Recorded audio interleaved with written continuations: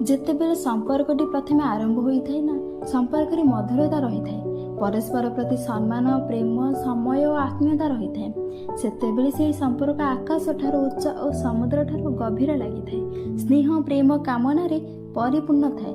ସେହି ସମ୍ପର୍କ ଯେତେବେଳେ ପୁରୁଣା ହୋଇଯାଏ, ସେ ସମ୍ପର୍କରେ ଆଉ ମଧୁରତା ଦେଖାଯାଏନି, ପରସ୍ପର ପ୍ରତି ଅବହେଳା ଦେଖାଯାଏ।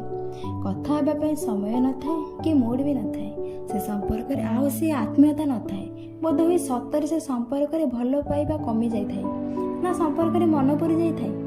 ସେ ସମ୍ପର୍କ ଆମ ହାତ ପାଖରେ ଥାଏ, ଆମ ନିକଟରେ ଥାଏ ବୋଲି ତାର ମଧ୍ୟ ମୂଲ୍ୟ ଜଣାପଡ଼େ ନାହିଁ କି ତାର ଆମେ ମହତ୍ତ୍ୱ ବୁଝିପାରନ୍ତି ନାହିଁ। ଯେପରି ଛୋଟବେଳର ସେ ଚକୋଲେଟ୍ ଖାଇବାର ଆଗ୍ରହ ଆମ ଭିତରେ ଥାଏ, ବଡ଼ ହେଲା ପରେ ଆଉ ସେ ଆଗ୍ରହ ନଥାଏ କି ଉତ୍ସାହ ବି ନଥାଏ, କାରଣ ଛୋଟବେଳର ସେ ଅଭାବ ଧୀରେ ଧୀରେ ପୂରଣ ହୋଇସାରିଛି। ଆମେ ବହୁତ ଚକୋଲେଟ୍ ଖାଇସାରିଛନ୍ତି, ଆମ ମନ ଭରି ସାରିଛି। ଆମ ପାଖରେ ସେତେବେଳେ ପଇସା ନଥାଏ, ସେଥିପାଇଁ ଆମେ ଜିଦ୍ କରନ୍ତି, ଅଳି କରନ୍ତି।